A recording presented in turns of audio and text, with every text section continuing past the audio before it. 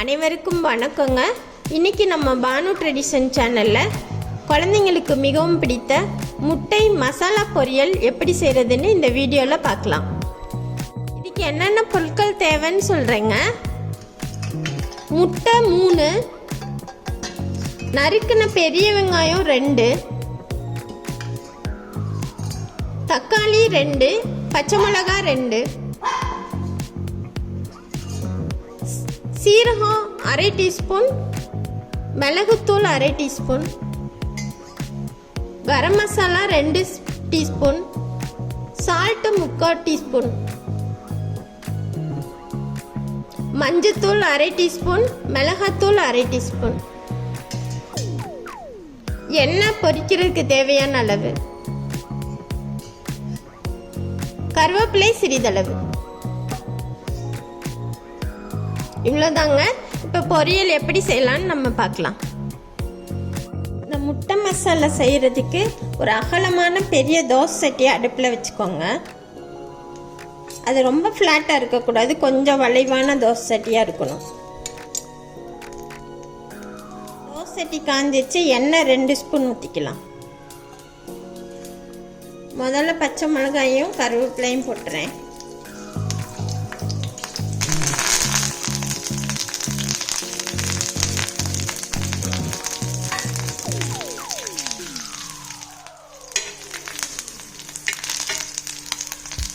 அடுத்து நம்ம தக்காளியை போட்டுடலாம்.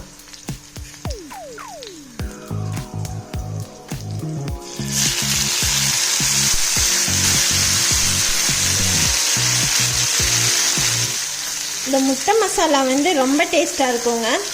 ஹோட்டலில் செய்கிற மாதிரி கமகமன் வாசனையாக ரொம்ப டேஸ்ட் ரொம்ப நல்லாயிருக்கும். தக்காளி வதங்கையிலே லைட்டாக சால்ட்டு சேர்ப்போம், அதுக்களவா.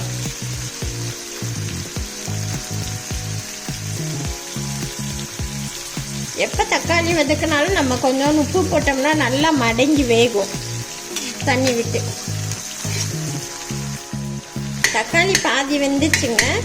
இப்போ நம்ம சீரகம்,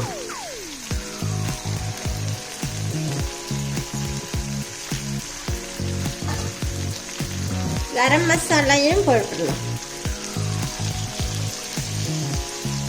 கரம் மசாலா, உப்பு,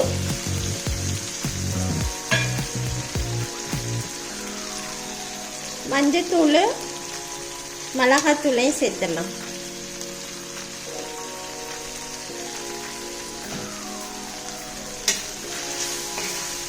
இந்த எண்ணெயிலேயே கொஞ்சம் நல்லா வதங்கணும், அப்போதான் பச்சை வாசனை போகும்.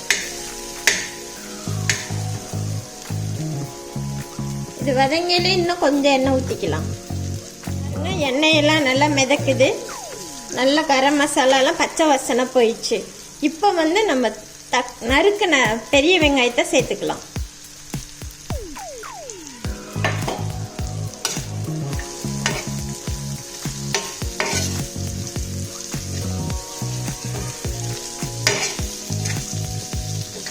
நல்லா வதங்கட்டும். வெங்காயம் பாதி வதங்கிடுச்சுங்க. இப்போ நம்ம முட்டையை இதில் சேர்த்துடலாம்.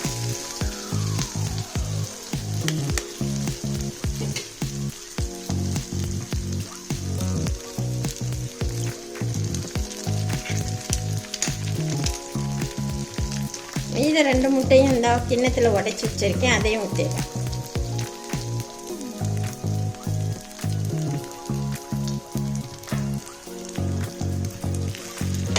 இப்போ நல்லா இதோட சேர்த்து நல்லா வேக விடணும்.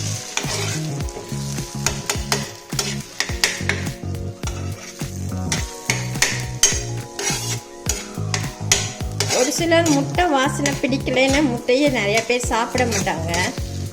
அவங்களுக்கு இந்த மாதிரி செஞ்சு கொடுத்தா ரொம்ப விரும்பி சாப்பிடுவாங்க. இதில் முட்டை வாசனை நம்மளுக்கு தெரியவே தெரியாது. இப்போ இன்னும் கொஞ்சம் எண்ணெய் மீத கொஞ்சம் இருக்க எண்ணெயை ஊற்றிடலாம்.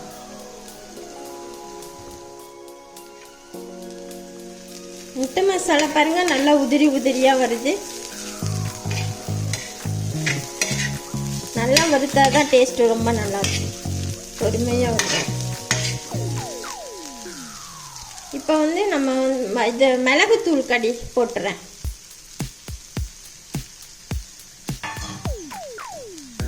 அதோட கருவேப்பிலை முழுசாஸ் கொஞ்சம். இன்னும் ஒரு 2 நிமிஷத்தில் இறக்கிடலாங்க.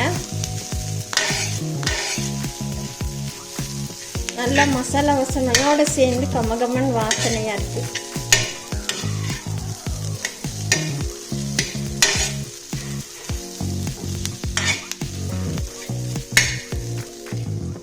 நல்லா உதிரி உதிரியாக வந்திருக்குங்க.